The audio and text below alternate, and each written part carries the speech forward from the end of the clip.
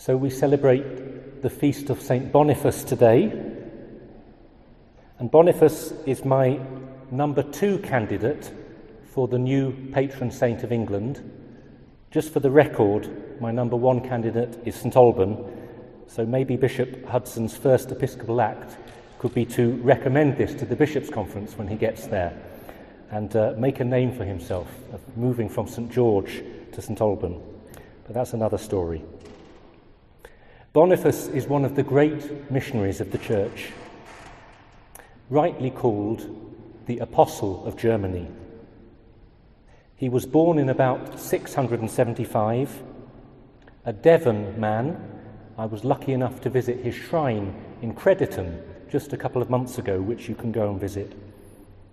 A monk, a teacher, and then Boniface feeling a pull to go on mission in the German lands, central, North Germany, and what we now call the Netherlands. He gave his whole life to this mission, preaching, baptizing, founding monasteries, inviting sisters to come from England to found female convents, founding parishes, dioceses, a network of communities, a mandate from Rome, and dying as a martyr at the age of 80.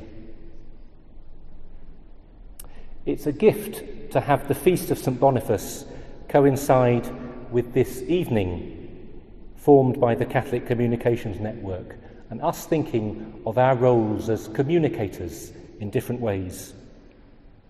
Because Boniface's life was almost defined by his commitment to communication. At one level, communication is simply about sharing a message. Isn't it remarkable that Boniface could go from Devon to the very north of the German lands and speak not just the same language, but the same dialect as them? The southwest of England and the northern stretches of Germany and Holland, we were speaking the same language, the same dialect, and this is what made this missionary work possible. This is what allowed Boniface to go in the first place, this commonality. And then, when Boniface wanted to link this mission and the life of these new churches in these German lands with the wider universal church, when he went to Rome, how could he do that? Because of the Latin language. That in the monastery and the school in Crediton in Devon, Boniface was writing the very first Latin textbook that we have in England. He was using this as his ecclesiastical language, even as he was preaching in his own native language, and having the common language of Latin when he went to Rome and met the Pope, and then the next Pope, and then the next Pope in his various travels. Part of our work as communicators is finding a common language even before we start speaking, as it were. The importance of finding ways of speaking to each other, of changing our ways of speaking, adapting, experimenting, persevering when we don't understand, learning other languages. Not just imposing our way of speaking, but discovering a common way of speaking with the people that we're with. Even renouncing our own language in a desire to communicate this. So, a common language. But part of communication is also the risk of leaving what is familiar. Remember, Boniface was an exile. He left Devon. He left his home. He left the familiarity of his monastic, religious, spiritual community. And every time we step out to another to communicate, there is always some sense of stepping away from what is familiar for us. This is obviously the experience of the foreign correspondent, but all of us in different ways, when we want to share and learn and communicate, have some sense of exile if our communication is genuine. Language is not just about dominating, but elucidating. It's about leaving behind and not just going towards. Another part of communication is the courage to challenge what is wrong, what is harmful, what is untrue. The journalist's tag of speaking truth to power. And this was so true in the life of St. Boniface. If you know only one story about Boniface, it's probably about the tree. And in case you don't know it, just in a few sentences, there is this huge oak tree in Friesland with the Germanic tribes. And it's a kind of totemic tree.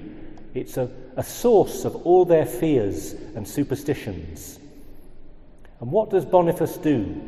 Well, it's not very politically correct, but he picks up the nearest axe, strides towards the tree, and with a few chops of the axe, it collapses before him and the assembled crowds, falls into 4 parts miraculously, and he builds a chapel out of the wood that's used afterwards.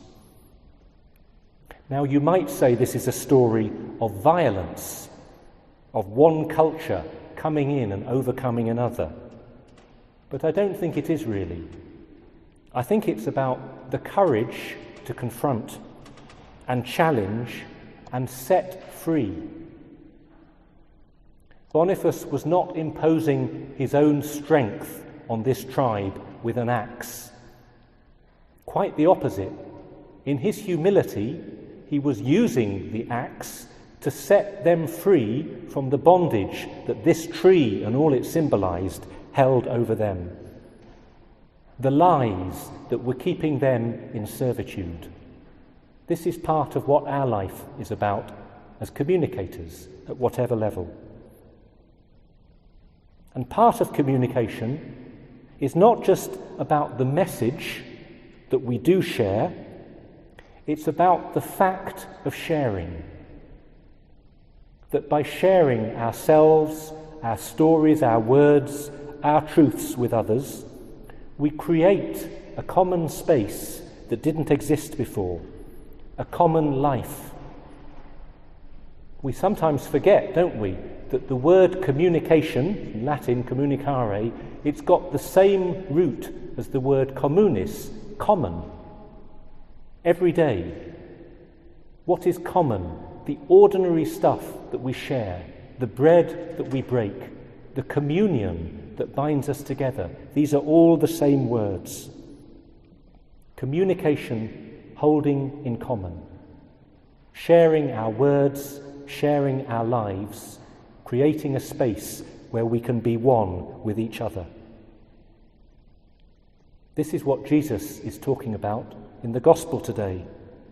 His high priestly prayer that all of us be one, that's not the full stop. That we be one as He and the Father and the Holy Spirit are one. In other words, the deepest peace and unity that we are seeking, whoever we are, and the peace and the unity and the commonality that we're trying to build through our work, particularly as communicators, it can only be successful, truly, if it has deeper roots. If our words come from a word that is bigger than us. If what we share with others and what we share of ourselves is because ultimately of what God has shared in us by sending His Son. So I just want to encourage you. Tonight is partly a thanksgiving for all the work of communication that goes on in this country and in the church. I want to encourage you in your different vocations, to thank you for all the work that you do in communications, whether it's communicating for the church, whether it's communicating what the church is doing, or whether it's communicating in any way in your different professions and your vocations. Let me finish with a symbol from Boniface's life that maybe sums up all of this. I told you that he was a martyr. Another story that, forgive me if it's too well known already. Right at the end of his life, a man aged 80, he got the missionary pull again. He'd never been happier than in his monastery that he founded of Fulda, which is still there today. But the pull, the call to go out, to go to others, it stayed with him. And he went back to Friesland in the Netherlands, where he'd started his mission, and he went even further north to tribes that had never heard the gospel. He was sitting in his tent, waiting for the confirmandi to turn up. And I don't think that meant in the next half hour, that might have meant in the next month, who knows.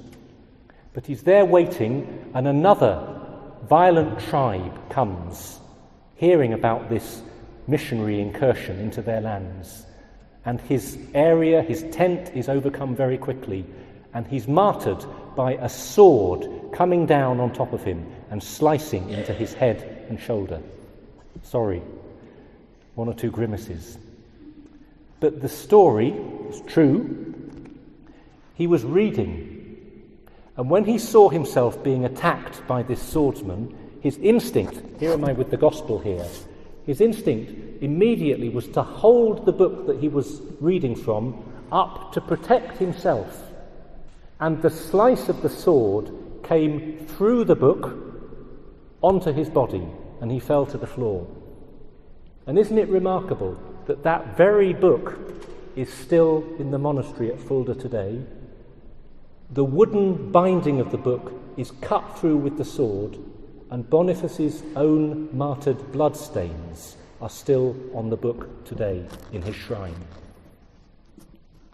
And I say it's a symbol of what we've been thinking about, because isn't it beautiful? When he was being attacked by the violence of another, the very opposite of communication, of being in common, what did he do? He held the word up to protect himself. He said to the other, here is a word, a book. Here is my word. Here is the truth. This is what will save us. This is what will protect me. And ultimately, of course, the word did protect him. This word that I hold before you is the very thing that should be uniting us, not separating us. And instead of fleeing or hiding, he held this word to the other in the hope that he would receive it. Let's take that as a symbol of our vocation as communicators. Whatever is happening around us, whether it is well received or not, to have the courage and the joy and the simplicity of always holding our word in truth up to the other.